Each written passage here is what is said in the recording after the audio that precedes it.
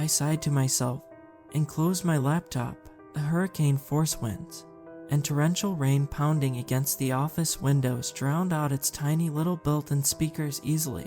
I guess I wouldn't be passing the time with Netflix after all. I got up from my desk and walked around the office. The large windows, which normally provided an excellent view of the harbor, were completely blacked out by the storm. Even the large LED floodlights that normally illuminated the parking lot were barely visible through the water that the sky was throwing at us. My boss liked to keep someone on overnight in weather like this just in case a boat, or God forbid one of the floating docks, broke free in the wind. But realistically I couldn't see anything, and I certainly wasn't able to go outside if anything did happen tonight. I had sat through thunderstorms in this office before, but this one was especially bad. So much so that even Mike, this guy who lived on his boat all summer, had gone into town to stay with a friend just in case. That's how you knew it was bad.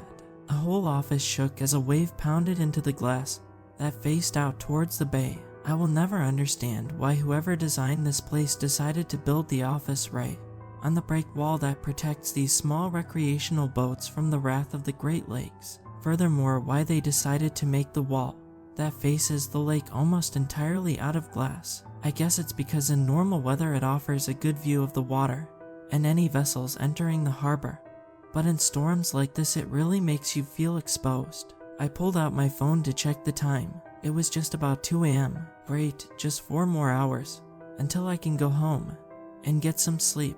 Another wave hit the glass and the office shook again, but this time it was amplified by the loud crack of thunder and lightning that seemed to hit in perfect sync with the wave. I wasn't sure, but I thought for a split second I could see something out in the lake illuminated by the lightning. But of course it was now dark again, so I couldn't check.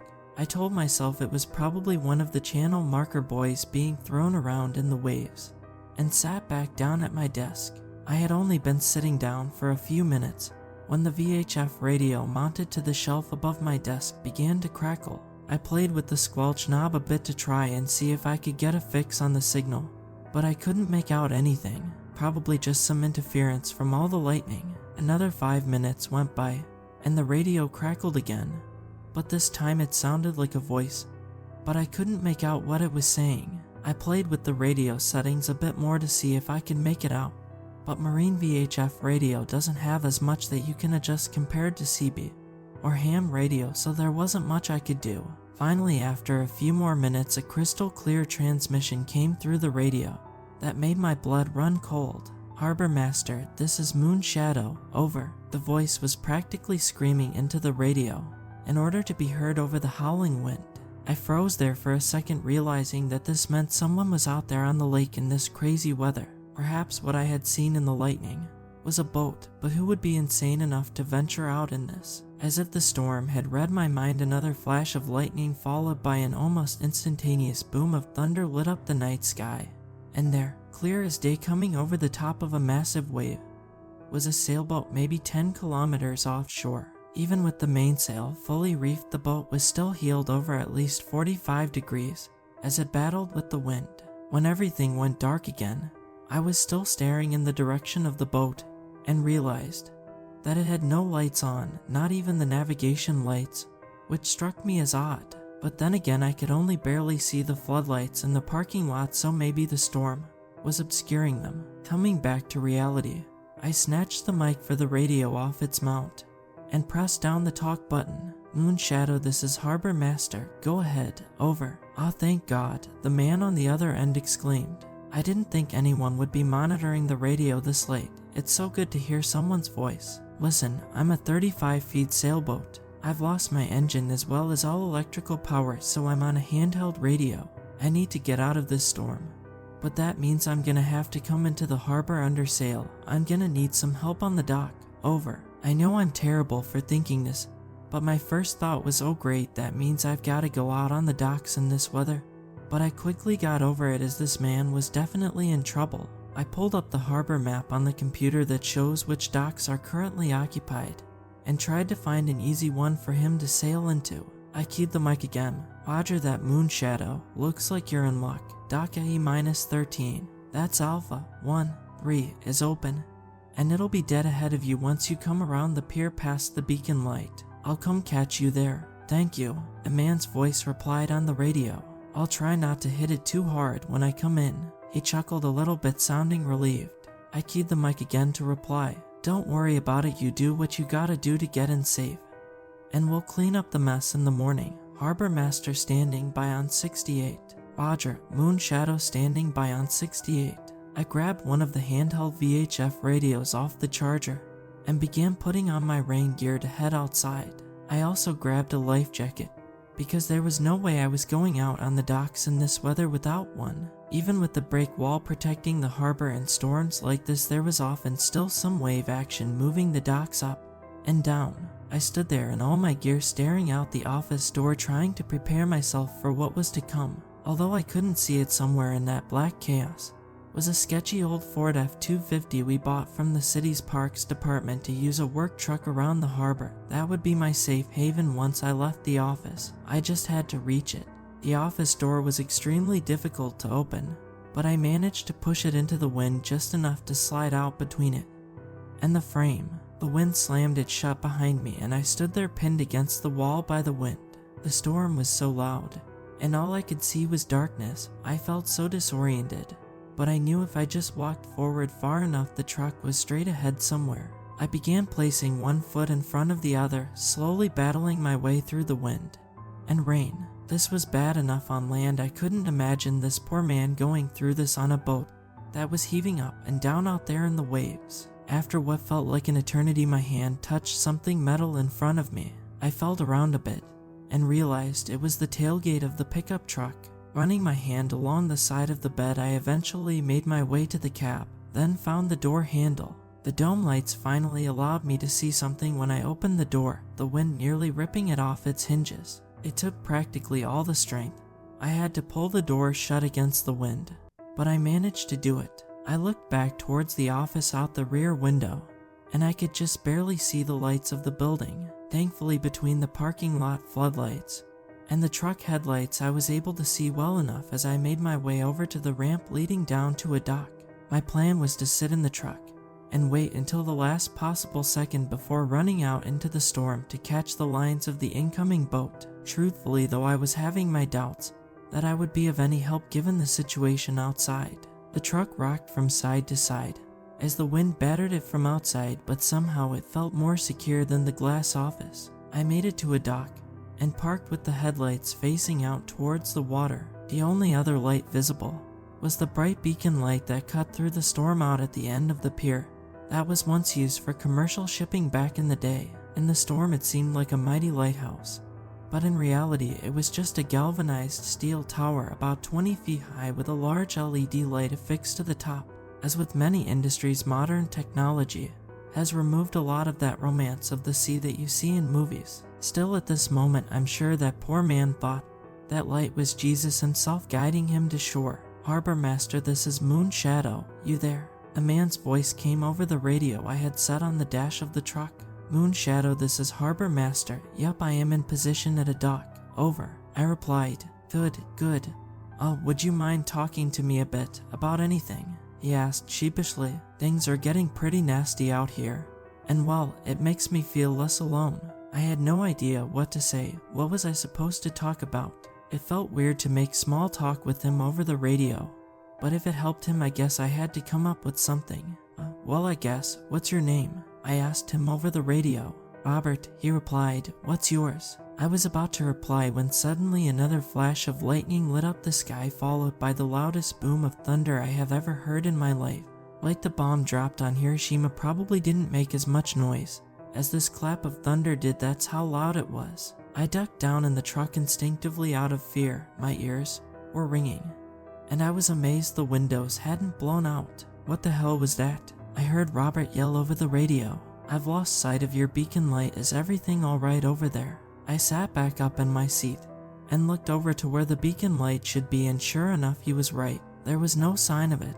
That lightning strike must have blown the breaker. I'll have to reset it, I replied into the radio. I put the truck in reverse and backed out of the parking space and began driving towards the pier. I dreaded having to get out of the truck to open the electrical panel on the side of the tower but it needed to be done. At least there was a bit of a canopy over it that would offer me some protection. I reached the pier and turned the truck out onto it and saw one of the most horrific sights I had ever seen. Through the dim headlights, I could see what looked like a pile of twisted metal laying on the end of the pier. As I drew closer, I could see it was the beacon light tower. It looked like it had buckled and folded in half, and then been welded in that position like some kind of modern art sculpture that had then been kicked over. Some other parts of the tower had been bent outwards like spikes, and in the current weather conditions, the whole thing looked like some kind of grotesque creature. Moon Shadow, this is Harbor Master. We have a situation, I said into the radio.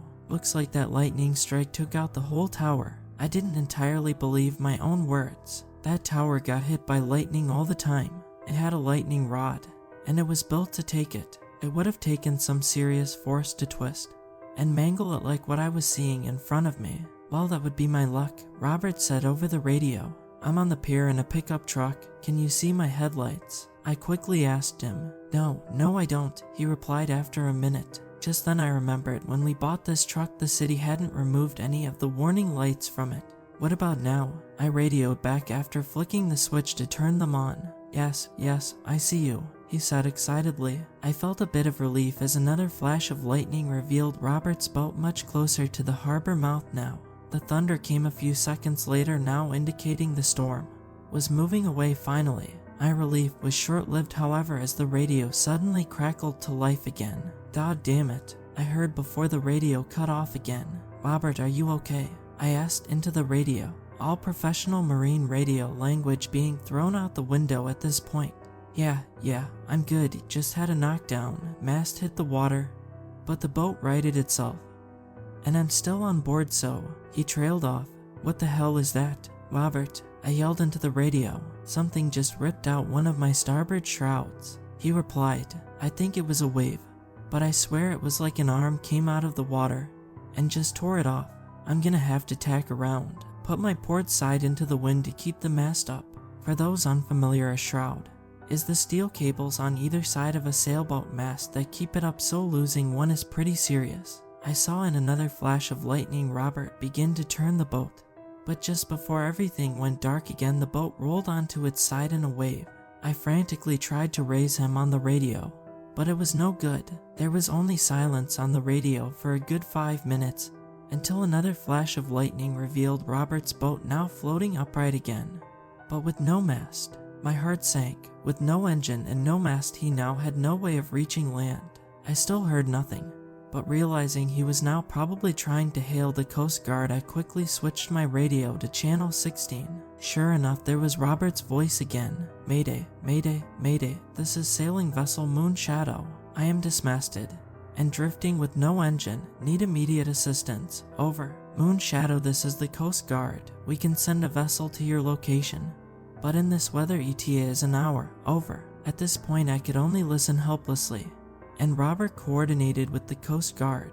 It was out of my hands now, and I drove back to the office. At this point the rain was beginning to let up, and visibility was improving as the first glimpses of daylight began to peek over the horizon. When I got back into the office, I was glued to the window facing the bay. I didn't care if a wave came and smashed the whole wall, and I was watching for any sign of Robert's boat or a Coast Guard ship approaching. With every lightning flash I could see the helpless sailboat being swept farther and farther from shore. Eventually the lights of a Coast Guard cutter came into view from across the bay, and I felt a little relief. It was now 5 a.m. and the sun was beginning to rise, and the storm was clearing. The waves, however, had not subsided. I could see the sailboat being tossed like a toy.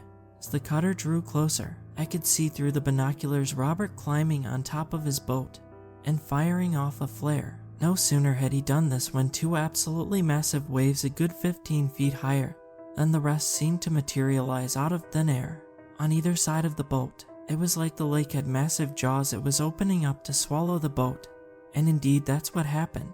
The water between the waves began to lower, taking the boat with it, and then the massive jaws slammed shut, crushing the little boat like a bug between them, then disappeared amongst the other waves. Just like that, Robert and his boat were gone without a trace. As the sun came up that day, the waves calmed, and it turned into one of the most beautiful summer days you've ever seen. They never found a body, or even the wreck of Moon Shadow.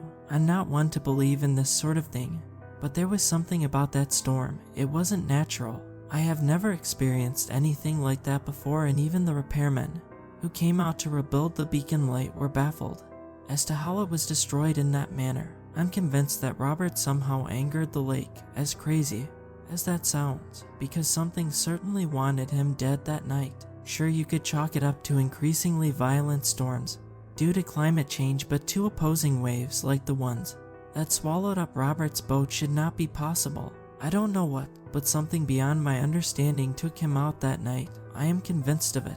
Perhaps the strange phenomenon I witnessed that night is also what caused the unexplained sinking of the Edmund Fitzgerald all those years ago. But either way, I don't think I'll be going out on the Great Lakes anytime soon.